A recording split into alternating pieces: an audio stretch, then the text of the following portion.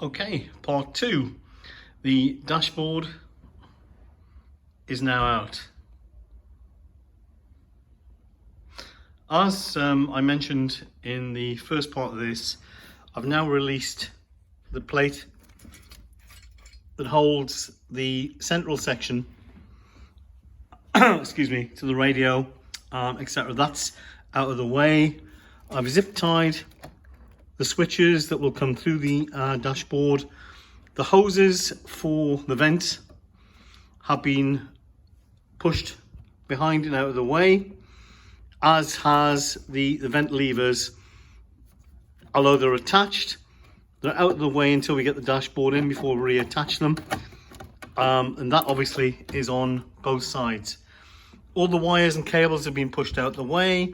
Once again, the vent lever has been pushed out the way, and I've taped the steering column together with releasing the indicator stick, and it's because it's been released from the two bolts here,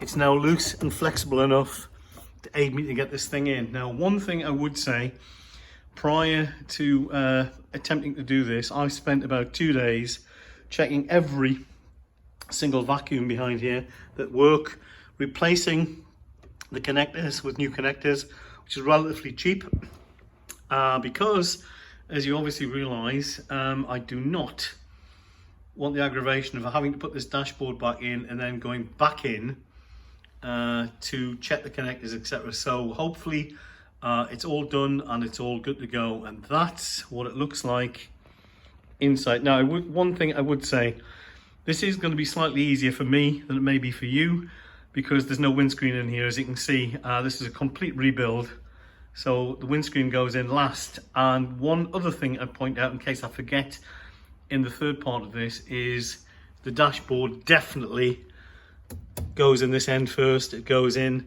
into here, it goes in over the steering column. You obviously get it next to the ignition switch, etc. And then the dashboard is twisted left to right until it fits into this corner. Okay, let me start this and I'll come back with part three.